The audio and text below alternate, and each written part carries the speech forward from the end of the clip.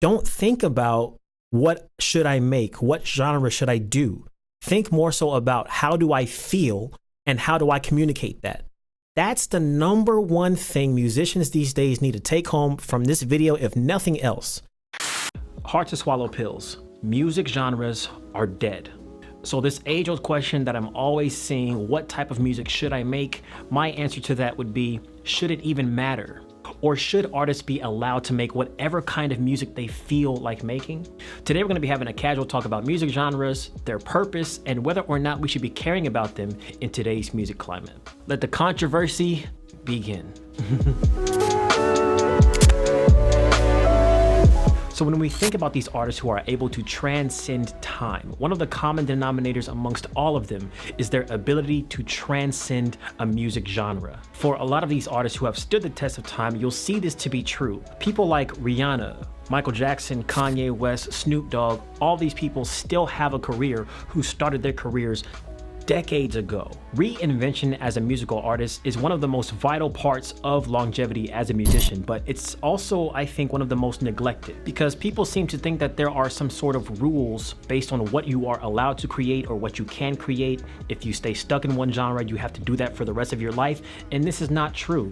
Even listeners of some of these artists that I mentioned, like Kanye West, kind of perpetrate this idea that if they don't make College Dropout over and over and over again for Kanye, then he's just not the same. Oh, I miss the old Kanye. That's why he literally wrote that song. However, what we seem to forget is that music is an extension of the artist and their emotions, who they are in that current time. And it's a way for them to express themselves. So they're not going to say the exact same thing in the exact same way every single time because a human needs to grow, they need to change. And just as our emotions grow more depth and change with time, our music needs to be allotted the same privilege. So let's go ahead and go over some musical examples of artists who have stayed true to themselves and their artistry while also maintaining longevity and popularity because of their artistic evolution, as well as some bad examples who have either not evolved at all or have tried to through some malicious means, whether it was intentional or not. Let's go check it out. So I'm going to give a few different examples of male and female artists who bend genres really well and have been able to maintain a career doing this because they're able to reinvent themselves. Now, the first artist that I want to talk about is The Weeknd. And those of you who are The Weeknd fans or you know of his beginnings, you know he started with this whole dark R&B feel. It was more so like an alternative R&B almost. You guys can see even in the visuals, he was very much that dark kind of singer. He wasn't really dancing too much. His performances were very kind of one-dimensional. No offense to that, but that's how he started off.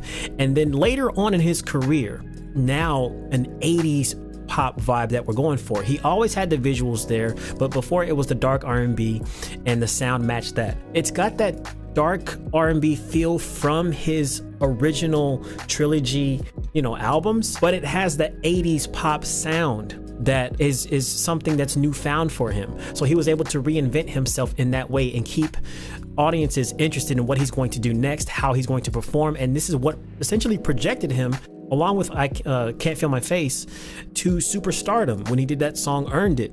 All of these things were kind of propellers to him becoming this major pop sensation, but he still kind of has his dark side to him, so it works. Now, on the flip side, I want to talk about a woman, and this is going to be Rihanna, because Rihanna, we all know she started out with the whole Ponder Replay scenario, rocking this weird outfit way back then and just looking super cringe. I mean, if she did any of this stuff these days, Rihanna wasn't at her full potential back here. I think the record label had too much influence on what she was doing, and once she signed with Jay-Z, that's when things changed because her new song, her new sound, Umbrella, came out. It's just this whole more dark feel, more edgy tone. She's got the all black everything. Jay-Z's in the music video. She got the hat down, but then also the sound changed because of the new signing. It was less pop, less dancey, kind of happy sounding stuff, and more like Good Girl Gone Bad. The vocals on this song were much more refined than they were on her previous albums. The change is happening. She's no longer this. It's like more,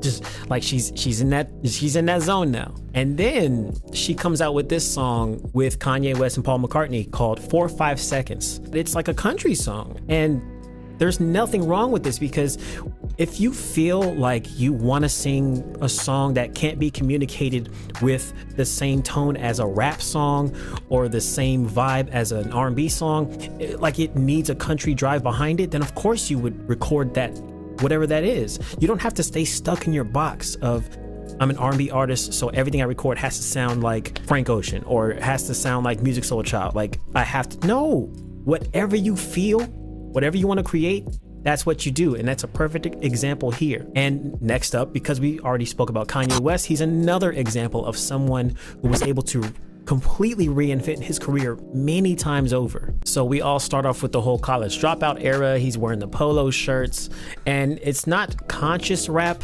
but it's more so like that old school rap where he's not talking about girls every 5 minutes and money and cars and clothes and all that stuff. So he goes from a sound like this to his next album, Late Registration, which was his version of being more refined. This was like his beginner work, his freshman work, doing these super electronic songs like Stronger. Daft Punk produced a record that was genre bending in and of itself. Having Daft Punk produce a rap song, that hasn't been done before. But of course, you know, as time grew on, now that's become more popularized. We see Daft Punk working with people like Pharrell with Get Lucky. That was like an R&B, you know, electronic feel. The marriage between the two. And this is why I say genres are slowly dying, or they're dead already, because stuff like this exists where you can make a Daft Punk rap song or a Daft Punk R&B song. Then you go from My Beautiful Dark Twisted Fantasy to this super edgy, really dark electronic album that was Yeezus. The album name alone kind of threw everybody off their rocker. But then, you know, you think about these songs like Lxgend. This is actually my favorite track off of that album. I think it doesn't get enough notice and notoriety because people say it's too rockish or whatever. But like, that was the whole point of this album. It was supposed to sound alternative, like a rock. I think this was even from Marilyn Manson sample, I believe it is. So you hear the way, even the way he processed the vocals with that electronic feel, the chorus effect that he's got going on, some of the distortion that's happening with the vocal synth or whatever he's using to process his vocals to sound gritty, that plays a part of it as well. You notice every single album that Kanye West drops does not sound like the previous one. They are all eras within themselves. If you keep making the same song over and over and over again, you don't grow anywhere. Your music doesn't go anywhere. Your fans will get tired. You get stale.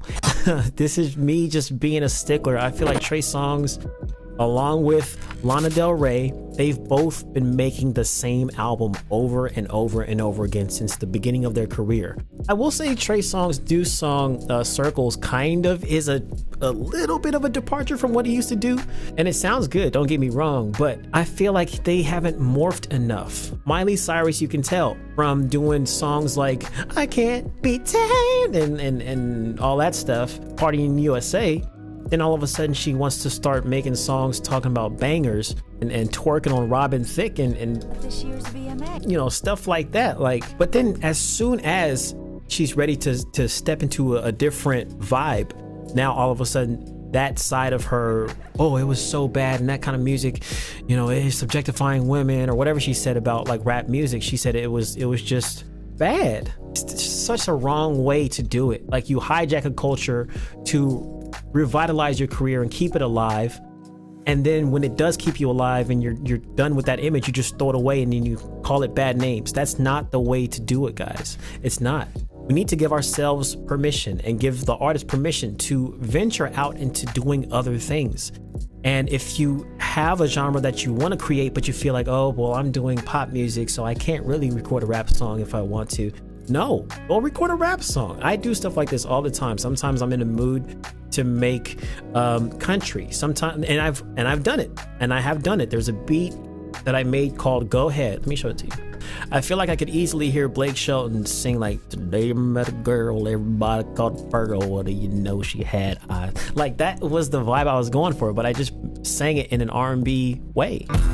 Today I met a girl, everybody called her Pearl. Well, do you know she had eyes like it? They light up in the night cause she never slept. Why? You could see she was running from something. Like, it was one of those kind of songs. I took that and I put it into a pop song, an R&B song, to a country beat, you know? So with that being said, you have to allow yourself time to grow. You have to give yourself that chance to see what else you're capable of doing. Don't think about what should I make? What genre should I do?